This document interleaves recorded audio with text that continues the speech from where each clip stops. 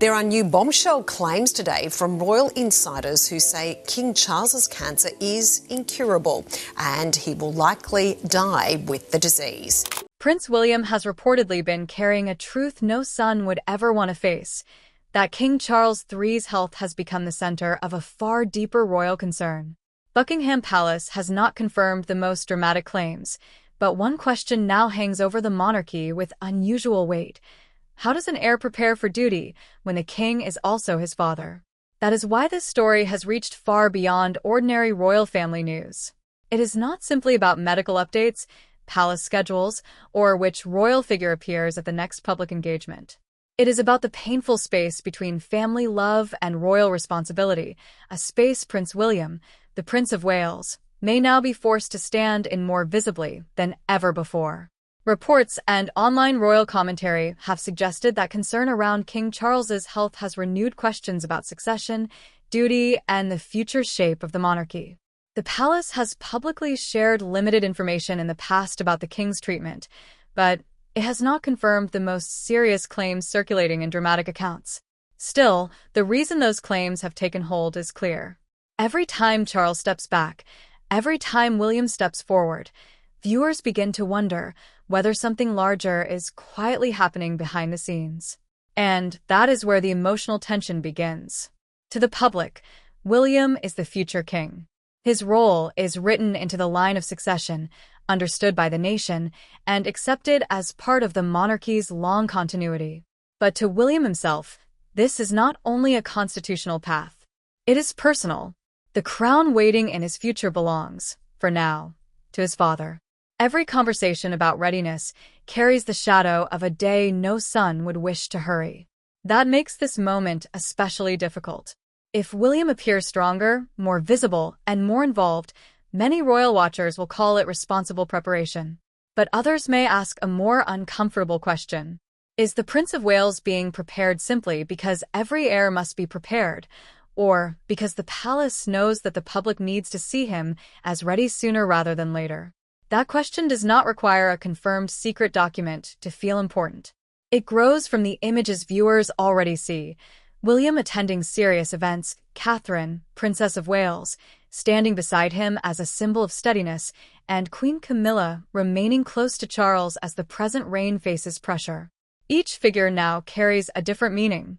Charles represents duty under strain.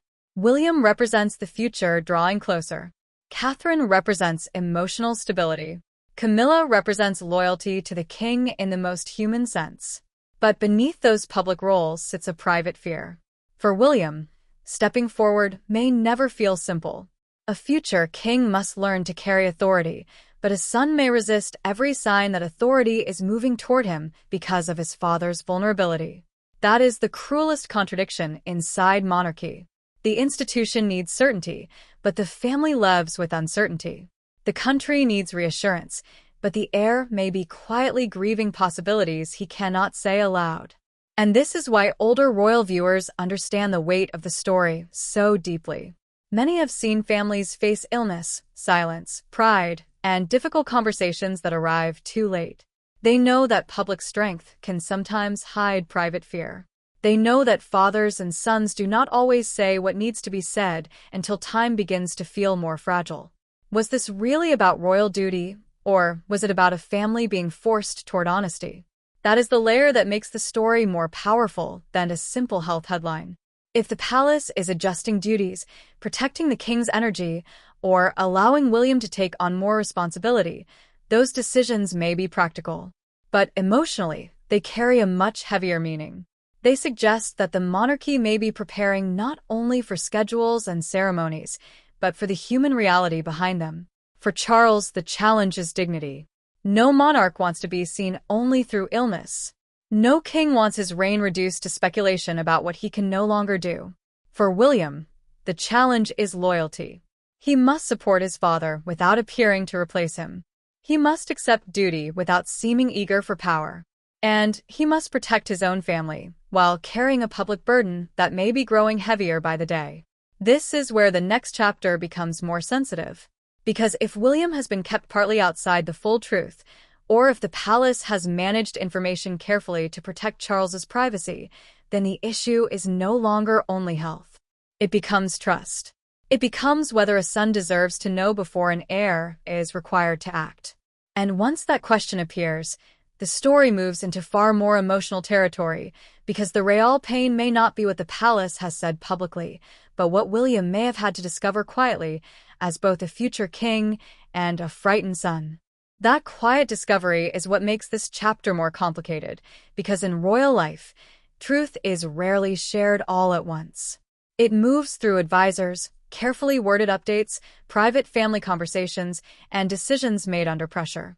By the time the public hears one sentence, the people closest to the crown may already have lived through days, or even weeks, of uncertainty. For William, that uncertainty would carry a very particular pain. He is not only the heir who must be briefed when royal duties change. He is also a son who would want honesty before procedure. If reports and royal commentary are right that concern around the king's health has forced more private planning, then the deepest wound may not be the planning itself. It may be the feeling that duty learned the truth before family did. And that is a powerful emotional question. Should an heir be told because the institution needs him, or because a father trusts him? Inside a monarchy, those two things can become painfully tangled. Palace officials may think first about continuity, schedules, state duties, and public confidence. A son thinks about the voice of his father, the silence in a room, and the fear that important words may be delayed too long. This is where King Charles's position becomes more human than many headlines allow. The palace has not confirmed the strongest claims about his condition, and responsible commentary must be clear about that. But it is confirmed that the king has faced treatment, and that alone changed the emotional atmosphere around the reign. For Charles, privacy may not simply be secrecy. It may be one of the last forms of control available to a monarch whose health has become part of national conversation. But privacy can protect one person while hurting another. If Charles chooses careful silence, he may believe he is shielding William, Catherine, and the younger Wales children from needless fear. He may also be protecting the dignity of his reign from being reduced to medical speculation. Yet William could experience that same silence differently.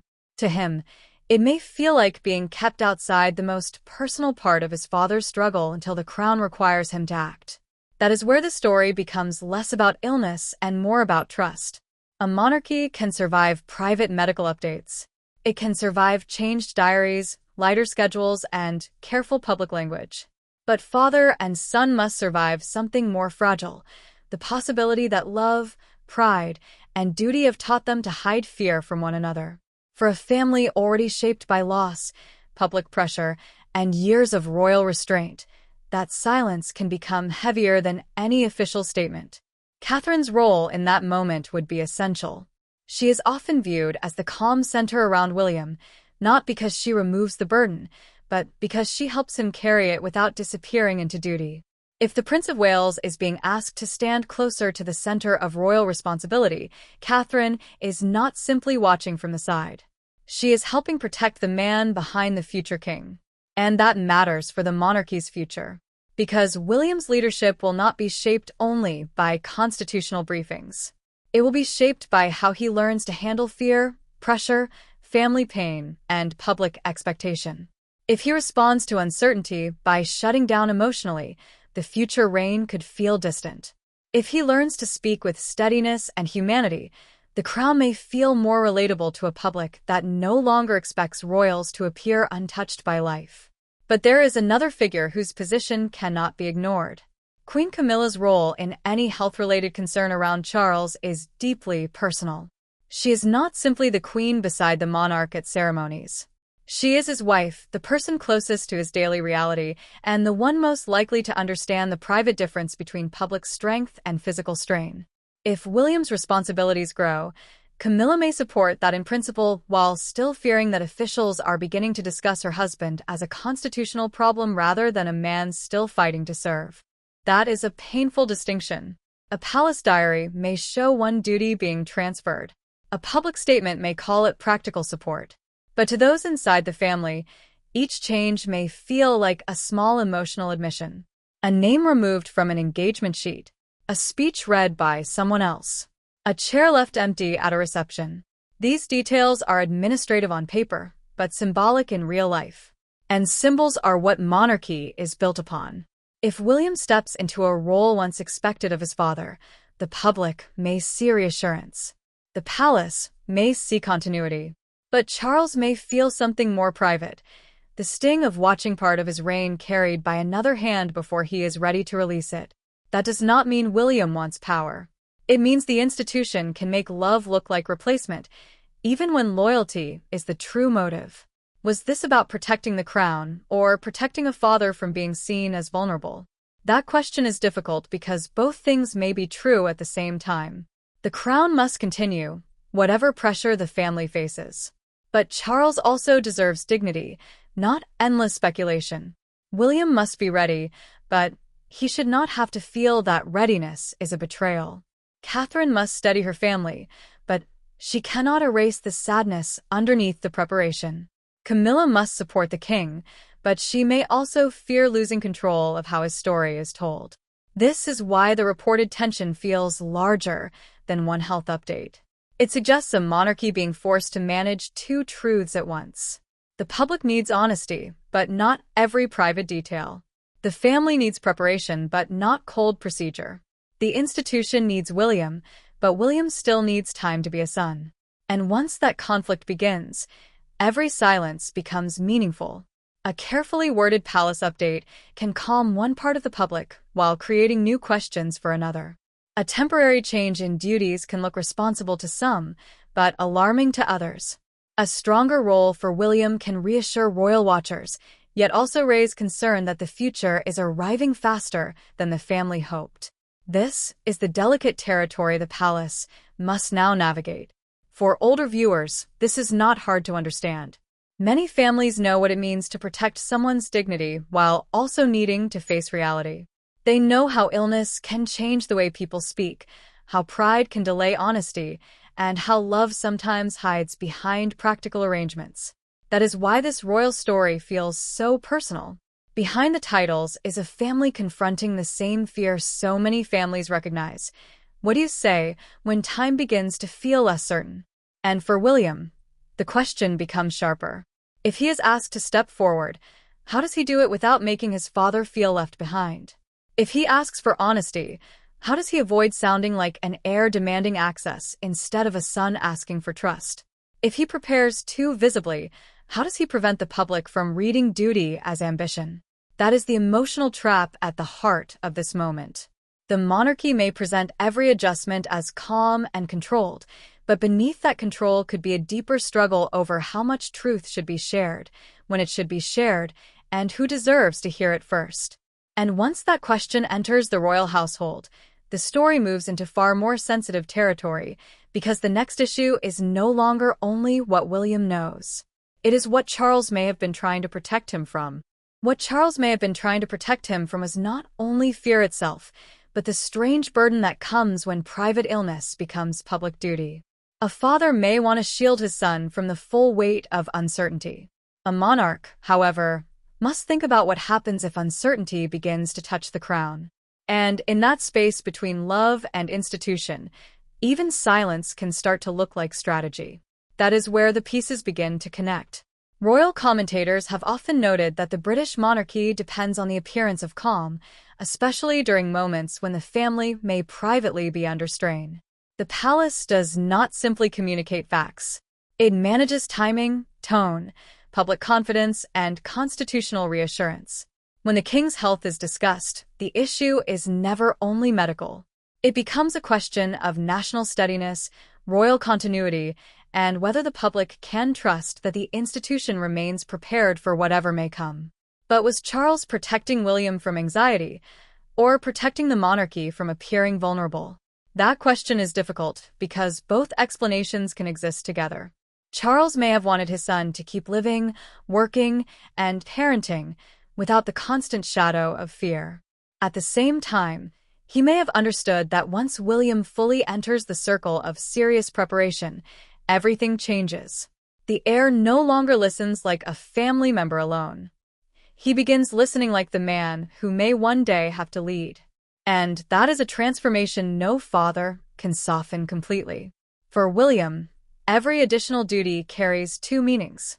Publicly, it shows responsibility. Privately, it can feel like evidence that his father is being asked to step back. A major engagement, a serious briefing, a stronger presence beside Catherine, all of it may be necessary.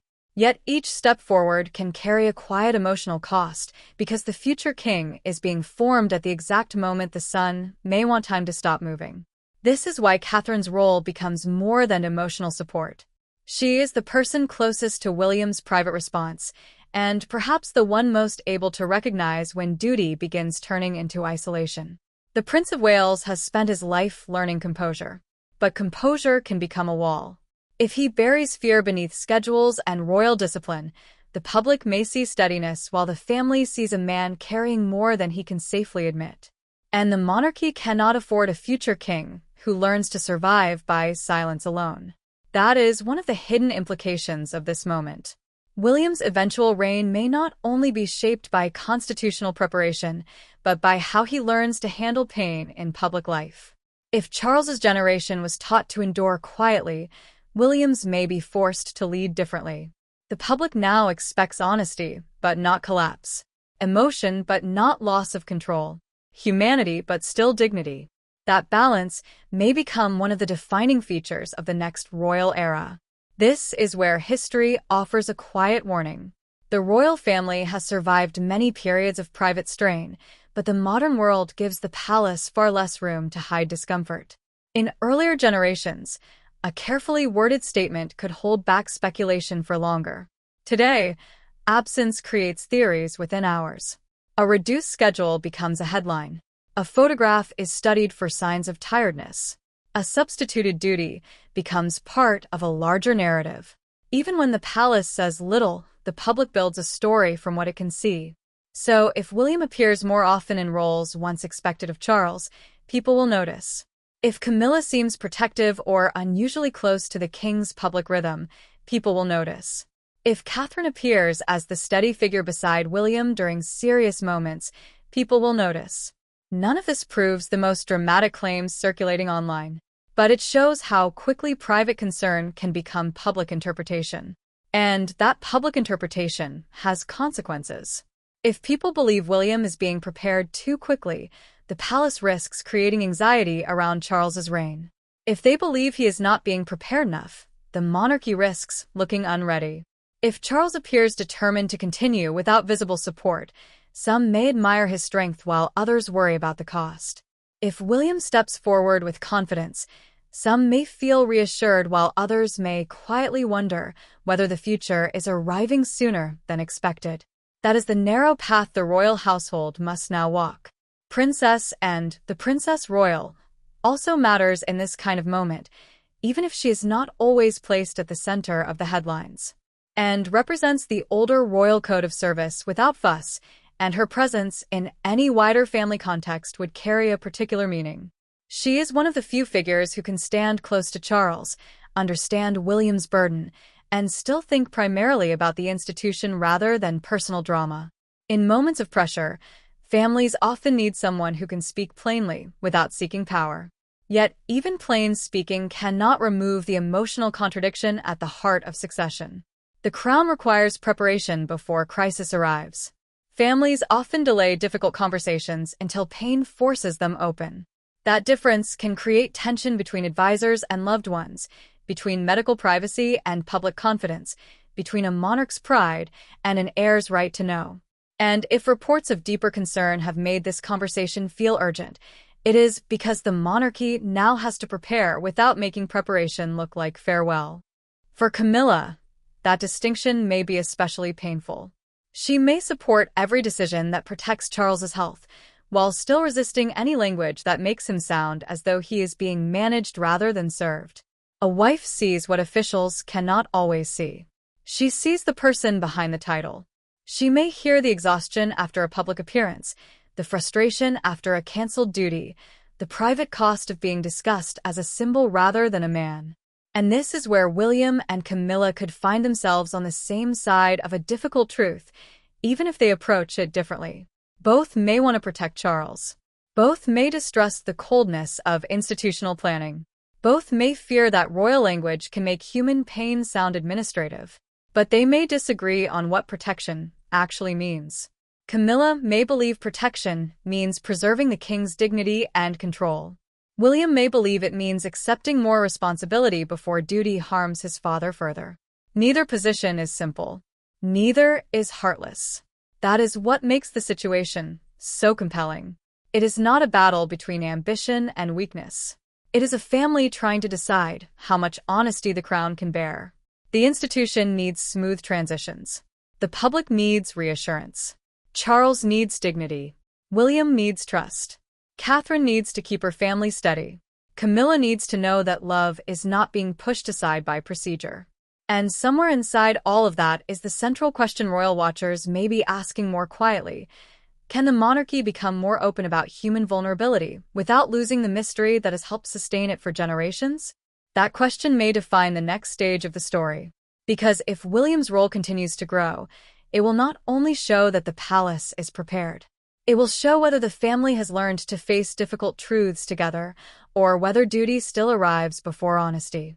And once that possibility entered the conversation, the most sensitive issue was no longer what Charles had hidden, but what William might be asked to carry next. What William might be asked to carry next is where the story becomes more consequential, because royal duty does not wait for a family to feel ready.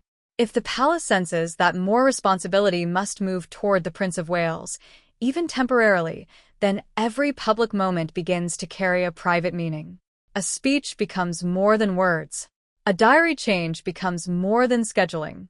A son standing in for his father becomes a national image. And images can change the atmosphere faster than statements. Buckingham Palace has not confirmed the most dramatic claims circulating about the king's health, and it would be wrong to present speculation as fact.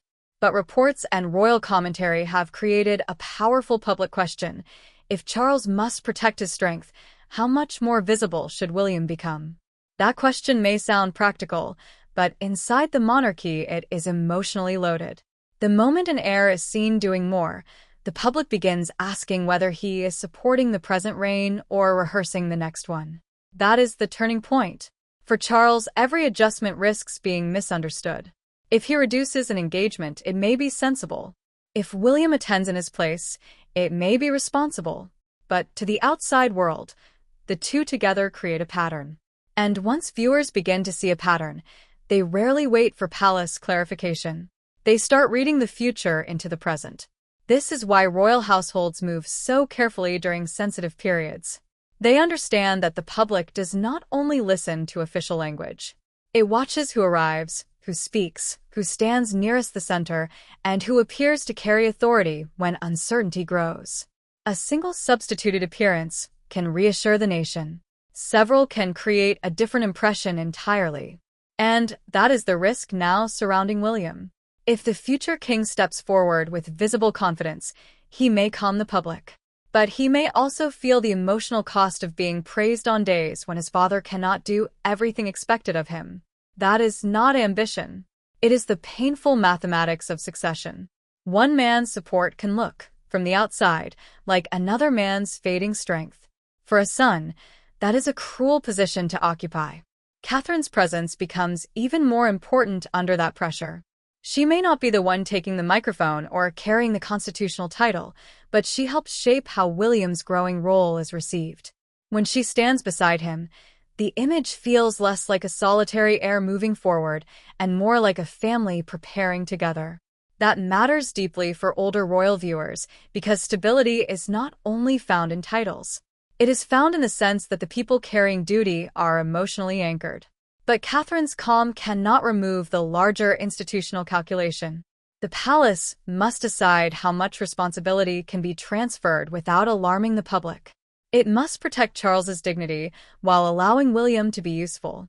It must give Camilla space to remain close to the king without making her appear resistant to necessary change.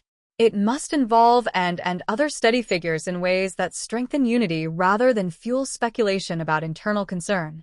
This is where the story becomes bigger than health. It becomes about control of the narrative. If the palace frames William's increased role as loyal service to the king, the public may see continuity. If the media frames it as a quiet acceleration toward succession, the same events may feel far more dramatic. The facts may not change, but their meaning can shift overnight depending on the story people believe. And royal history has shown how powerful that meaning can be. The crown has always survived through careful transitions, but the modern public is more emotionally involved than ever. Viewers want truth, but they also want dignity. They want reassurance, but not empty performance. They want the king to be protected, but they also want the heir to be ready. These expectations are difficult to satisfy at the same time, especially when illness, family love, and constitutional duty overlap. That overlap may be the most difficult part for Charles. The monarch may understand, intellectually, that William must do more when necessary. But emotionally, it may still feel like part of his reign is being carried away piece by piece. A cancelled duty, a rewritten schedule, a prepared alternative, a public event where the future king appears instead. None of these things alone would define a reign, but together they can feel like quiet evidence that the monarchy is preparing for uncertainty. Was this simply careful planning, or was the institution beginning to move before the family had fully accepted what that movement meant? That question would affect Camilla deeply. Her instinct may be to protect Charles from being reduced to a file, a diary note, or a medical concern. She may understand the need for William's support while still fearing the emotional chill of procedure. To a wife, the king is not only the sovereign. He is the man behind the crown, the person whose strength and frustration she sees when the cameras are gone. For William, the fear runs in the opposite direction. He may worry that too much caution around his father's dignity could force Charles to continue beyond what is wise. He may fear that royal pride, public expectation, and old habits of silence could place unnecessary pressure on a man he loves. And if that is true, his growing role becomes not a sign of ambition, but an act of protection. That is what makes this moment so layered. Both sides may be acting from love. Both may believe they are defending Charles. Camilla may want to protect his presence. William may want to protect his well-being. Catherine may want to protect her husband from emotional isolation. The palace may want to protect the institution from confusion. Yet all of those protections can collide, because each one defines danger differently. And when danger is defined differently, even loyal people can begin pulling in different directions. This is where a public-facing moment could change everything. If William appears in a major role clearly associated with Charles, the country may respond with sympathy and reassurance. But the same moment could also sharpen the question no one wants to ask too loudly: how much of the king's public burden is already being carried by his son? That question does not need to be answered immediately to have power. It only needs to exist. Once it exists, every following event is watched more closely. A message from Charles is examined for tone. A public appearance by Camilla is read for emotion. A serious expression from William becomes a headline. Catherine's steadiness becomes part of the national interpretation. The family may be trying to manage private strain carefully, but the public begins to build its own story around them. And that may be the point where silence stops protecting the monarchy and starts creating pressure. Some royal commentators believe the palace may eventually need to find a new balance between privacy and honesty. Not by revealing every medical detail, and not by turning private pain into spectacle, but by acknowledging that the public can sense when the atmosphere has changed. If viewers feel they are being reassured too carefully, they may become more anxious. If they feel the family is speaking honestly, they may respond with compassion instead of suspicion. That is a serious strategic choice. The monarchy has long depended on distance, but this moment may require something more human. Charles may need to be seen not as weakened by honesty, but dignified through it. William may need to be seen not as advancing, but serving. Camilla may need to be shown not as resisting transition, but protecting her husband. Catherine may need to remain the quiet, stabilizing figure who helps the next chapter feel calm rather than abrupt. Because the real consequence is not only what William may be asked to carry next. It is how the country understands why he is carrying it. If the public sees his role as support, the monarchy may feel stronger. If it sees his role as replacement, the atmosphere could turn far more unsettled. And that is where the final part of the story becomes impossible to ignore, because the question is no longer whether duty will continue. It is whether this family can allow duty to continue without letting silence, pride, or fear decide the emotional meaning of the crown's next chapter. That emotional meaning may be the real test facing the monarchy now, because duty can continue through schedules, statements, and carefully arranged appearances, but trust cannot be managed in the same way. Trust is built when the public feels that the family is not pretending pain does not exist, and when those closest to the king appear united not by performance, but by genuine understanding. The strongest claims surrounding Charles's health remain unconfirmed by Buckingham Palace, and it is important to separate public concern from established fact. But the reason this story has struck such a deep chord is not difficult to understand. It touches something larger than one medical update or one royal duty. It touches the question of how a modern monarchy should behave when private vulnerability begins to affect public responsibility. For generations, the crown relied on distance. The sovereign appeared steady, the heir appeared prepared, and the public was asked to trust the institution without seeing too much of the emotion beneath it. That model created dignity, but it also created silence. In today's world, silence can still protect privacy, but it can also create suspicion. People notice gaps. They study changes. They feel when the atmosphere around a family has shifted, even before anyone explains why. That is why William's position matters so much. If he steps forward, the country may feel reassured that the monarchy has a future strong enough to carry responsibility. But if he steps forward without enough emotional clarity, the same movement can look unsettling. Viewers may ask whether the palace is preparing him, protecting Charles, or quietly asking the public to accept a change before it is named. The act itself may be loyal, but the interpretation depends on how carefully the story is handled. This is where Charles's legacy becomes more delicate. He does not need to prove his worth by carrying every duty without pause.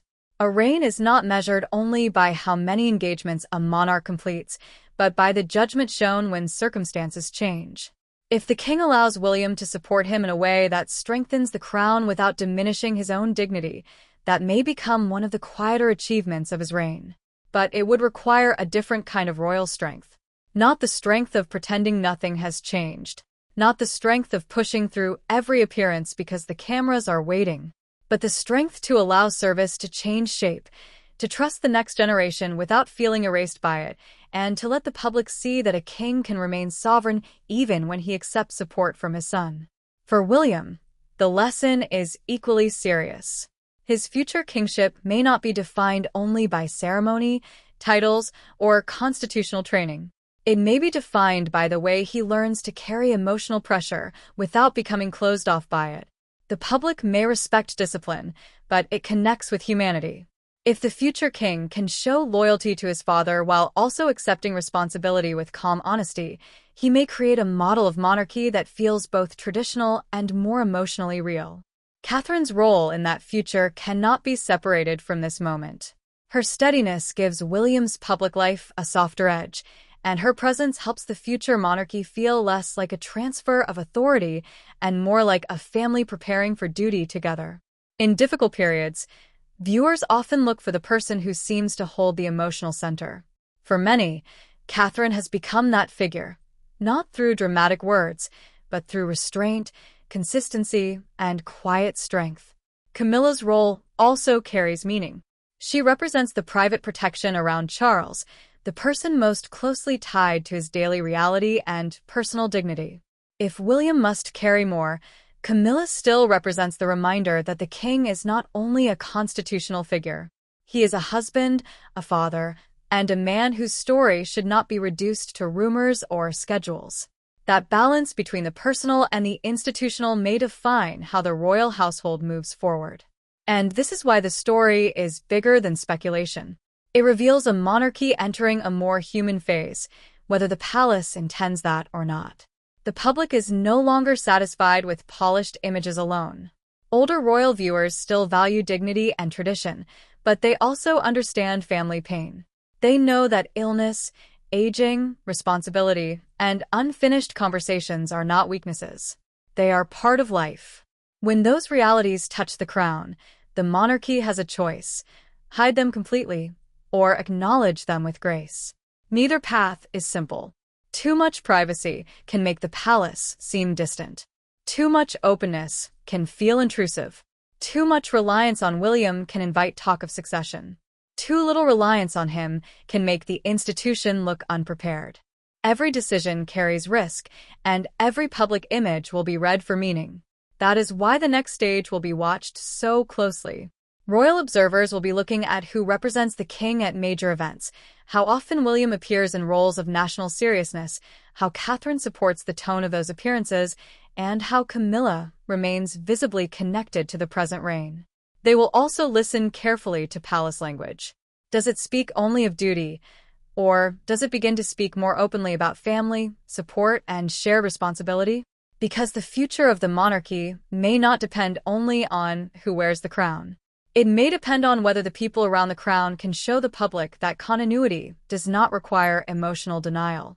A monarchy that admits pressure carefully may seem less remote. A family that faces difficulty together may seem more believable. And a future king who learns from his father's vulnerability may become stronger, not weaker, because of it. So what do you think? Was this simply another wave of royal concern surrounding King Charles? Or does it point to a deeper shift in how the monarchy is preparing Prince William for the responsibilities ahead? Share your thoughts in the comments below. And if you want to follow the next chapter of this unfolding royal story, stay with us for the next video, where we look at another development raising serious questions about duty, loyalty, and the future of the crown. Because in the end, the monarchy's most powerful moments are not always found in golden carriages or palace balconies. Sometimes they appear in the quiet space where a father, a son, and a nation all begin to understand that strength can also mean telling the truth with dignity.